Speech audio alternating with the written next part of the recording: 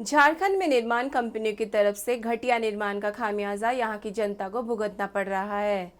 राज्य में बड़ी लागत से बना विधानसभा का नया भवन का छज्जा एक बार गिर जाने का मामला सुर्खियों में है।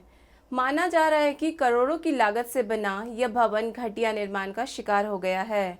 राज्य की सरकार अक्सर पिछली रघुवर सरकार को इसके लिए जिम्मेदार मानती है, लेकिन जांच कराने की दिशा में कोई ठोस कदम नहीं उठाया जाता है, जिसमें सत्ता और विपक्ष दोनों की राजनीति करने का मौका मिल जाता है। झारखंड में लंबे समय के बाद से नया विधानसभा का भवन बनाया गया और उम्मीद जताई जा रही थी कि इस भवन की गुणवत्ता को लोग एक पैमाना मानेंगे, लेकिन इस भवन के निर्माण के साथ ही कुछ न कुछ गड़बड़ी हो जा रही है, जिससे राज्य में लोगों को निर्माण कंपनियों की तरफ से भरोसा उठता जा रहा है। विधानसभा का निर्माण रामकृपाल कंस्ट्रक्शन की तरफ से किया गया है। इसके निर्माण में करोड़ों रुपए खर्च किए गए थे और सरकार के अधिकारी भी दावा करते रहे कि इस भवन को एक मिसाल के रूप में देखा जाएगा। विधानसभा भवन भी बहुत ही भव्य भवन बन रहा है, जिसपे लगभग 6 लाख स्क्वायर फीट से ज़्यादा की इसमें जो एरिया है, लगभग इस पे 39 एकर्स का पूरा लैंड है। इस पे लैंडस्केपिंग पूरा किया गया है और इस पे फ्यूचर को ध्यान में रखते हुए इस भवन का निर्माण किया गया है और इसमें 22 मंत्रियों तक का इसमें स्पेस हो सकता है।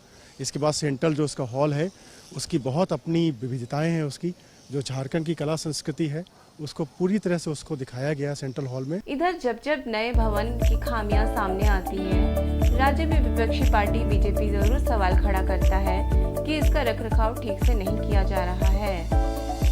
राज्य की वर्तमान सरकार और सरकार में शामिल दल भ्रष्टाचार के मामलों को लेकर कुछ इस तरह से उछल रहे हैं मानो राज्य में उनकी सरकार न होकर भारतीय जनता पार्टी की सरकार। जिसको कार्रवाई करनी है वो लोग प्रश्न पूछ रहे हैं। मामला विधानसभा भवन के सीलिंग गिरने का हो या फिर कांची नदी पर जो पुल ध्वस्त हुआ है उसकी जांच करने की हो। सरकार आपकी है, झारखंड मुक्ति मोर्चा की अगुवाई में सरकार चल रही है और कांग्रेस उसका प्रमुख घटक दल है। तो मैं समझता हूँ इन दोनों दलों को हमसे पूछने की बजाय वो प्रक्रिया शुरू करनी चाहिए जहां इनको लगता है कि भ्रष्टाचार हुआ है। तो भ्रष्टाचार की पोल खोलिए, रोका किसने है आपको?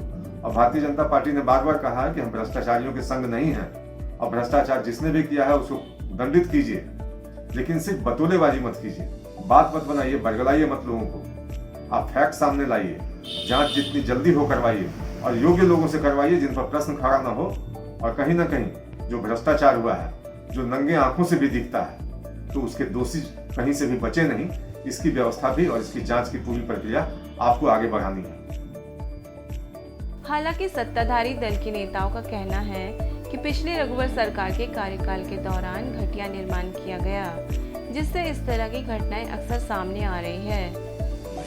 एक तो आनंद फानन में और जल्दबाजी में बनाया गया वो विधानसभा का उद्घाटन था। माननीय प्रधानमंत्री जी से उद्घाटन कराया गया अपनी उपलब्धियां गिनवाने की। जल्दबाजी में काम की गुणवत्ता का अभाव था और इसलिए पहले छतें गिरी और सौभाग्य का ये या दुर्भाग्य कि विधानसभा सत्र चलते के दौरान अगर वो घटना घटी होती तो एक बहुत बड़ा हादसा हो सकता। एक बहुत बड़ी कंस्पिरेसी है विधानसभा के निर्माण में। संवेदक से लेकर के वो तमाम अधिकारी और सीधे तौर पर अगर कोई विधानसभा में अनियमितता का जिम्मेवार है तो उस समय माननीय रघुवर दास जी जिम्मेदार। झारखंड में कंस्ट्रक्शन कंपनी रामकृपाल कंस्ट्रक्शन की तरफ से कई बड़े भवनों को बनाने का ठेका लिया गया है, लेकिन कई जगहों से घटिया निर्माण की शिकायत आती रही है।